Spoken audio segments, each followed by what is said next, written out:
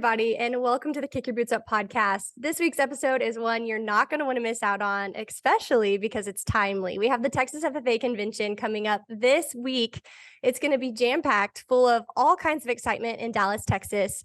And what better way to talk about the Texas FFA Convention than bringing on the stars themselves? I wish we could bring on the entire officer team, but today's guest will just have to do. We're going to start off with Mr. Aaron Alejandro. He's the executive director for the Texas FFA Foundation. An incredible man. He comes highly recommended. I can't wait to get to know his story. So Aaron, thank you for being on. Oh, thank you for having us. And we appreciate Justin, and we love kicking up our Justin boots. And I really want to defer to our state officer first. If you don't mind, I want to let Zoe go because this is really all about the kids. And then I'll jump in right behind Zoe. Zoe, I'd love for them to get to know you. Oh, without a doubt. I can't go without introducing her to the world as well. None other than Zoee Nolan. She's the Area 2 State Vice President. She is in full force for the Texas FFA Convention. And Zoe, we're just thankful for you and Aaron both taking time out of your busy schedule with the convention activities happening. Thank you for being here. Yes, of course. Thank you all for having me. We are super excited for convention and to bring all of the Texas FFA members to Dallas, Texas. It's going to be a great time. We have a lot of really cool stuff planned, and we've been working really hard, so it's super exciting. That is one thing for sure people can talk about with Texas FFA and FFA in general. Hard work does not go unnoticed, and it happens all the time. So thank you for all the hard work you and the officer team and the other members have put in as well. But before we get started talking about convention, I kind of want to back it up and talk a little bit more about you. I know it's hard to do that in FFA. It's all about serving others, but this is your time to shine. I'm genuinely curious, Zoe, how did you get started in FFA? What's your background? So I was raised in a very heavy agricultural background. My dad's a fourth generation, if not more than that, farmer. We also raised a little bit of cattle. And so growing up, I was hands-on in the agriculture industry. So whenever I became a junior high student, it was obvious that I would get involved with the FFA. I will say I loved volleyball at the time, so I was a little hesitant to go all in, but I quickly realized the opportunity that lied in FFA, and I fell back in love with the agriculture industry and all that it has to offer. And since then, I've just been able to be elected as the Texas FFA state officer, and through that, I have had countless opportunities, and it really has been amazing. And it's crazy to think that just in a few days, I'll retire my last jacket and my time in the FFA serving in this role will be over. But I've just have a passion for agriculture that my dad instilled in me. And I want to do everything I can to give back to the members. And it's almost to the end, but I can say that it's been extremely fulfilling. Oh, it has. And Aaron, before we move on to you, I've got to ask you, Zoe, you mentioned that your dad is a multi-generation farmer. You grew up. What do you think is the hardest part about going from, waking up early, taking care of cattle, livestock, going to school, and then cleaning up and turning on your official FFA voice and getting on your official FFA dress? What is the hardest part about juggling it all? It can be overwhelming sometimes, especially this year I'm attending college.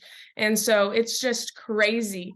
But I think whenever you have a passion for what you're doing and you realize the opportunity that putting this blue jacket on can give you, it's really easy to overcome that. It can be hard sometimes to juggle both, but if you're truly genuine and you're authentic and you're doing it for the right reasons, it's not that big of a change. You're just changing your outfit, but you're not changing the way that you're advocating for agriculture and our industry. And Zoe, I'm so glad you said passion. I can tell both of you and Aaron, and I'm sure your entire officer team truly bleed blue and gold. And that's something that we have to showcase and shed light on too. So Aaron, moving on to you. And speaking of bleeding blue and gold, you're a full-on grown-up, as we would say as FFA members, and you are dedicating your time and life to serving FFA. And it's got to be so rewarding. But I'm genuinely curious, what's your FFA story? How did you get started? Were you an FFA member as a kid? Yeah, so I'm going to give you the thumbnail version of my story. I grew up there in the Metroplex. I grew up just outside of Dallas in a broken home. My father passed away when I was 10. I got into a lot of trouble.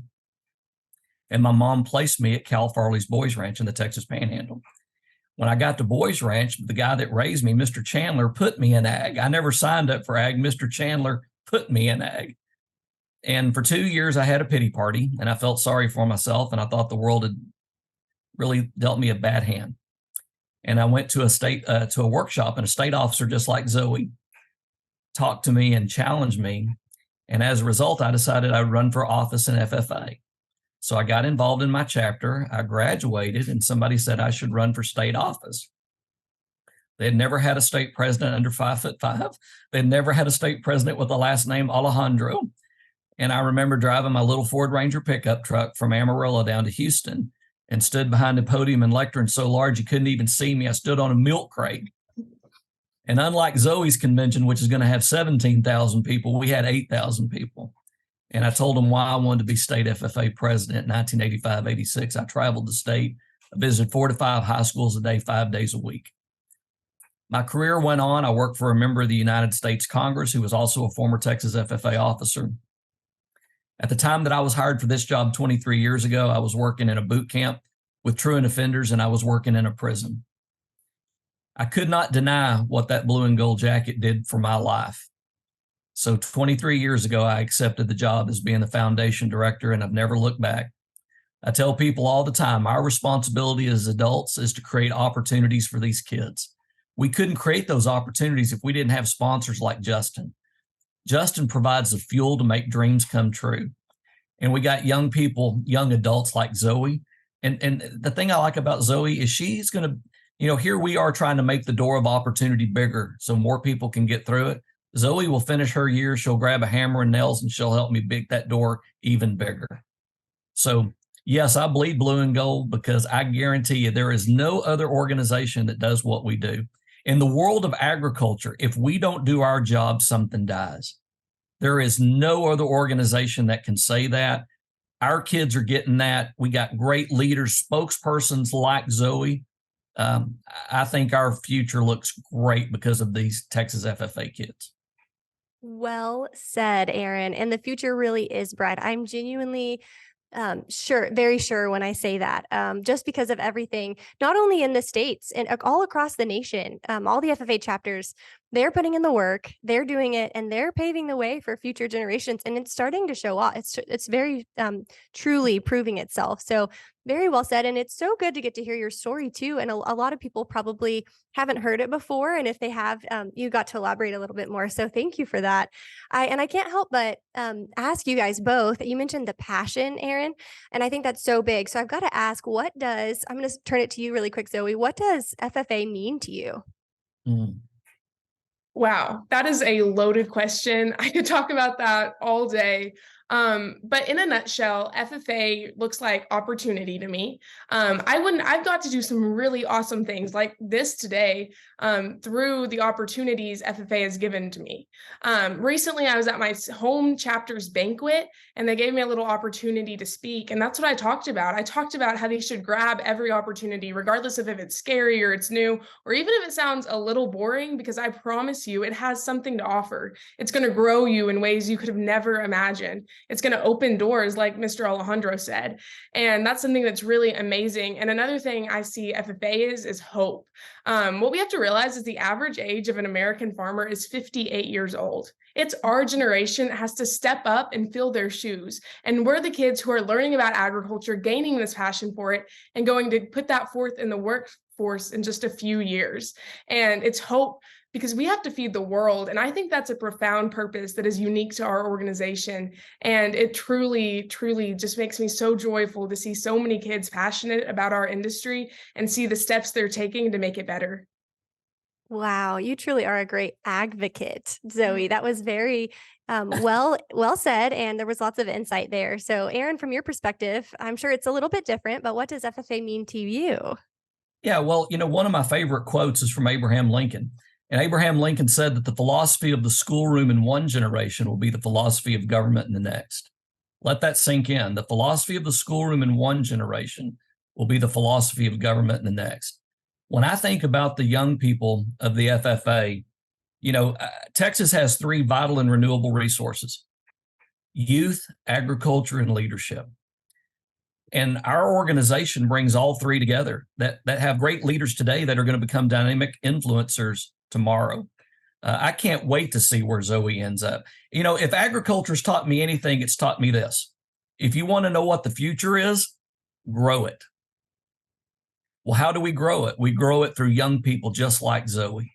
We give them the tools they need to be the best that they can be. And as a result, Texas will be better, our country better, and our world better.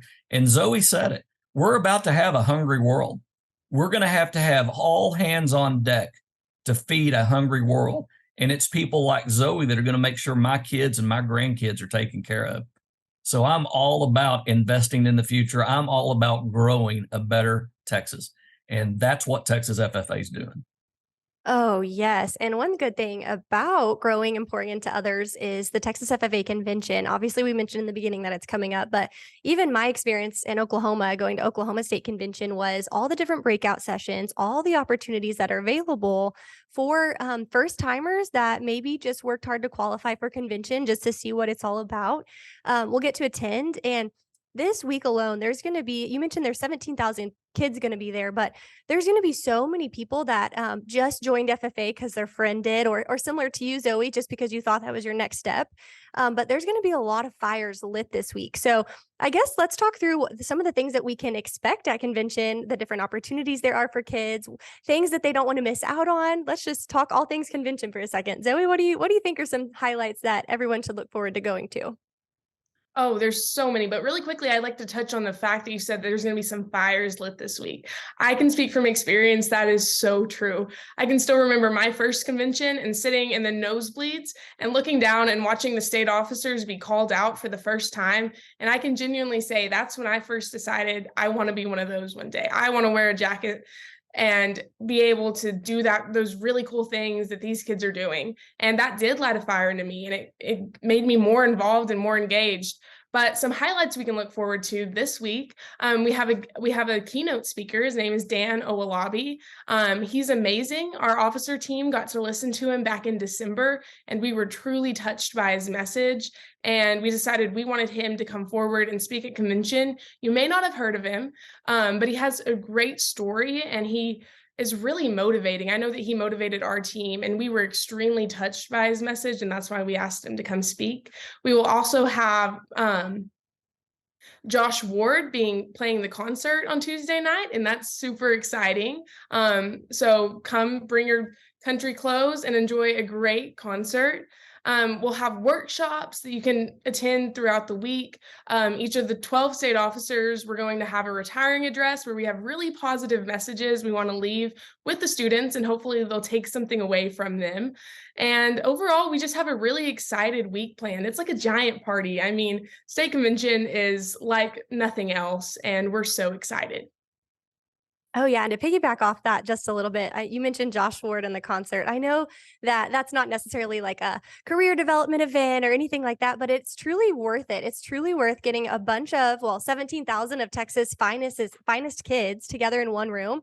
It's just so crazy the energy that you'll feel just in that one concert alone, as well as the different breakout sessions. And then each general session, as you guys are speaking, the energy there. I got chills when you were telling your story about how you were sitting in those seats thinking one day that you wanted to be there, because I too can relate to that. And so I think that's so important and so cool that you guys are doing the big things. But I've got to ask too, from Aaron, from your perspective, you're going to be kind of getting to see these 17,000 kids excited, nervous, scared, all of the feelings and all the emotions. What's your outlook? What do you think that they're going to walk away from this week at convention?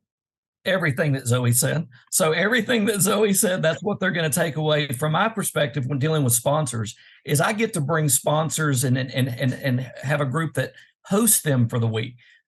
And our sponsors get to see where their investment meets return. And I'm going to tell you, when a sponsor gets to see where their investment meets return, it makes you feel good. So think about this. There are over 3,000 high schools in the state of Texas. Every one of them is going to have a graduating class this year. Every one of them is going to have kids that are going to get out. They're going to be looking for a job, an opportunity, or a scholarship. I ask the kids all the time, what's your competitive edge? What separates you from everybody else? And when you can say, I was part of the largest youth-led convention in Texas, I was part of the Texas FFA. I went to leadership, career development events, stock shows. I got to meet with professionals and sponsors and dignitaries. I've got a professional network that gives me a competitive edge. And that when they come to convention, not only do they walk away with the incredible memories that Zoe said, they walk away with contacts that will make them valuable to the Texas workforce. Oh, yeah. And to agree with you there, it matters on college applications, the amount of time that they've spent dedicating and devoting their time to FFA and in all the different areas. There's a lot of kids out there that don't even have to own a show animal to still be an FFA and still get the same benefits. So well said, Aaron. I agree with you there. And Zoe, moving on just a little bit, I'm curious for you. I want to share some of my tips just from has-been days, but what are some pro tips to navigating convention? Anything insider there that you're willing to share? That's a good question. Convention is huge. I can remember getting lost my very first convention. I've always been directionally challenged, but when you put me in the Fort Worth Convention Center as a 13, 14-year-old, it was not pretty. Charge your phone, bring a portable charger. You're going to need it. With that being said, water too. Let's see, you're gonna get blisters if you're a girl, most likely. It's not the most glamorous thing, but have you some Band-Aids, maybe some Advil. Runs and pantyhose, they're inevitable. They're going to happen. I put on a pair yesterday. I had runs and I've been doing this for 6 years. So bring your hairspray and your clear nail polish to fix those. And bring a positive attitude because it's going to be an amazing week. But I think those are the most tangible tips that I think are actually going to be beneficial because that's what I needed to hear when I was a 13-year-old at my first state convention.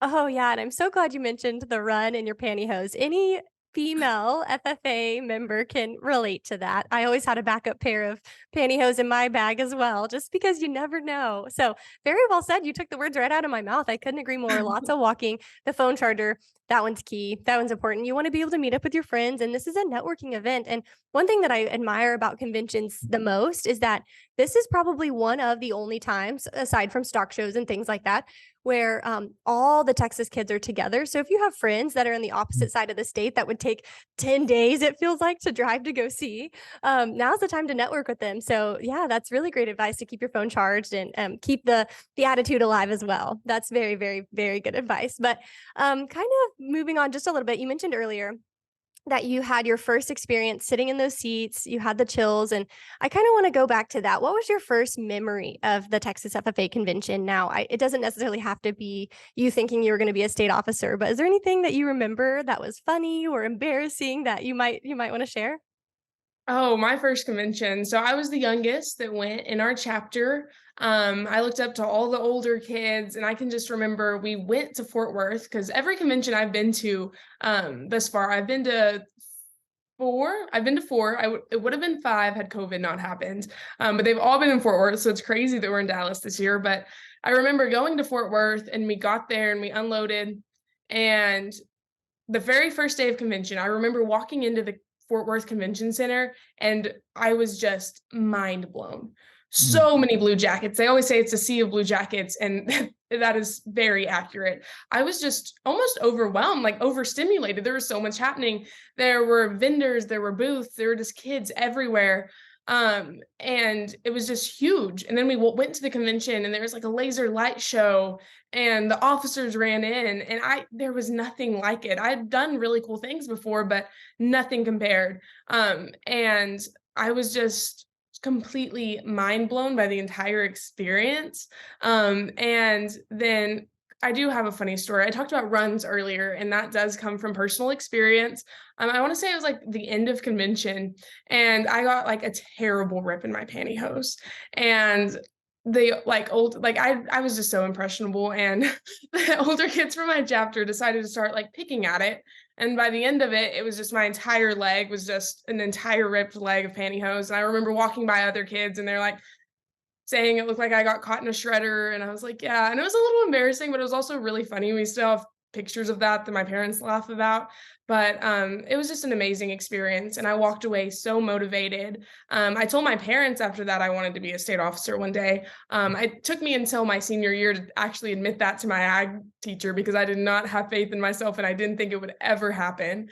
But yeah, it was an amazing experience. I don't think I'll ever forget any of the conventions I've gone to.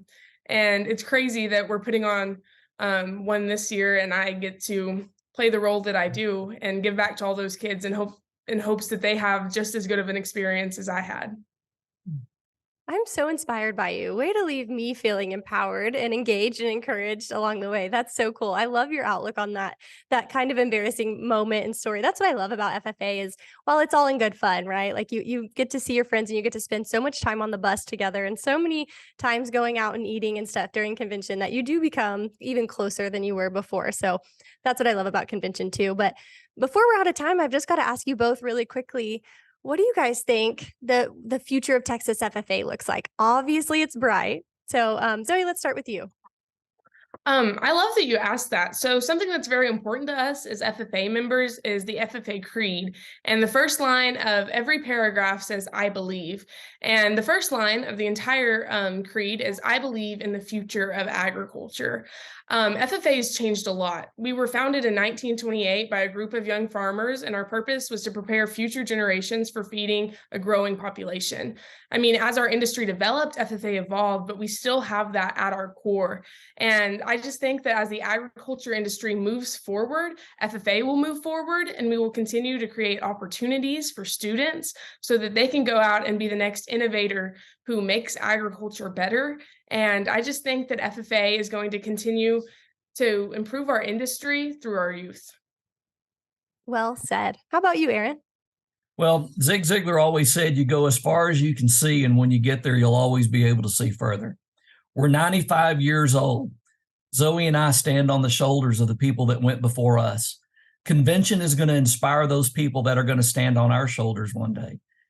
And then they're going to look up one day and it's going to be 100 years and then 125 years. And we're only going to continue to get better. Think about it. Go back to what we said. 3 vital and renewable resources: youth, agriculture, and leadership. We need it today. We're going to need it tomorrow. And we're going to need people just like Zoe. Oh, yes. The world is very bright, and if it will continue to be bright if we continue to build the future generations of agriculturists, definitely. And Aaron, I like what you said earlier because your job is different, a little bit different during convention. You get to be with the sponsors and navigate that and kind of build them there and support there, and which we feel on one hand is very, very needed. I know there's a breakfast or a dinner, all the things that's super important too. But really quick, what do you think is some advice that you'd like to give to any organization out there or business company that wants to get involved with Texas FFA or the National FFA organization in general? What is some advice that you could do? Where can you direct them to help give or donate or support in any way? Obviously, come to our website, mytexasffa.org. Come check out mytexasffa.org. There's some incredible videos on there. They can find the Texas FFA Foundation. What I like to tell sponsors is this: where a great philanthropy and a great marketplace meet, that's a good place to be. Our kids are a great philanthropy. They're a great cause. You're going to feel good about investing in young people that know that if they don't do their job, something dies.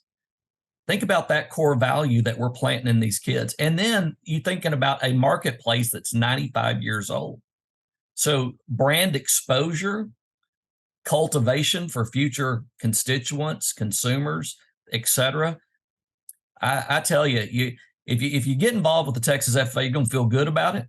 The people that you're around are going to feel good about it.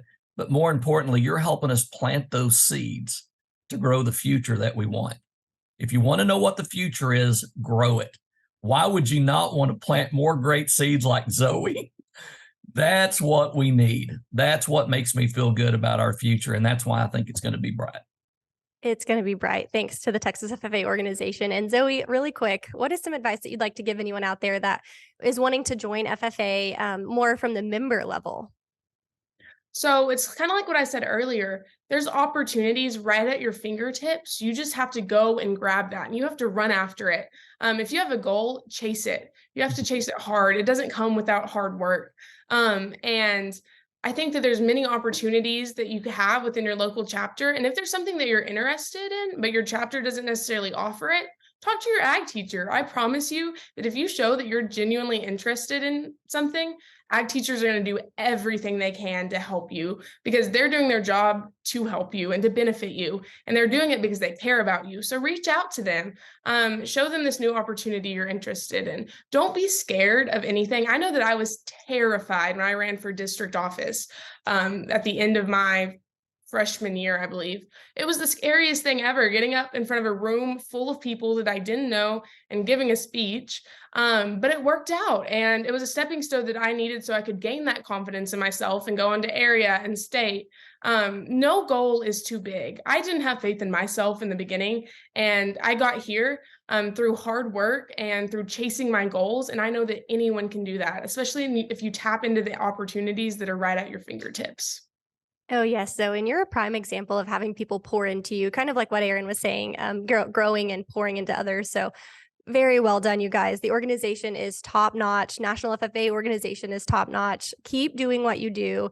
And are we going to be able to watch convention anywhere, or is it closed to the public? Tell us about the details there. So we do have a live stream. I believe you can access it through our Facebook and through our convention website. You can access the convention website by going to texasffa.org, and there is a link to the convention website, and you can watch it there or on Facebook. If you follow Texas FFA, we will also have the links to all of our live streams, and those videos will be up after the fact in case you can't be there for the actual live stream. And we are just super excited. It's going to be a great experience, and so we just hope that you are involved, whether you're there in person or if you're watching online, because it's a super awesome time. And you heard it right here on the Kick Your Boots Up podcast, guys. You can go over to their Facebook, watch the different general sessions, hear Zoe's speech. No pressure, Zoe. Good luck. And of course, if you're an FFA member out there and you're going to be attending convention, you're one of those 17,000, feel free to stop by the Justin booth. We'll have lots of handouts, giveaways. We're always excited to cheer you guys on and hear your stories. And who knows, you might just end up winning a free pair of Justin boots. So good luck to everyone out there. Continue doing what you do for the Texas FFA organization. Both of you guys, Zoe, Aaron, it has been a true pleasure. Drink lots of water this week. Stay hydrated. Get as much sleep as you possibly can, even though it won't be much. And just know everyone here at Justin is so thankful for you guys and your organization and everything that you do to continue the future generations of agriculturists.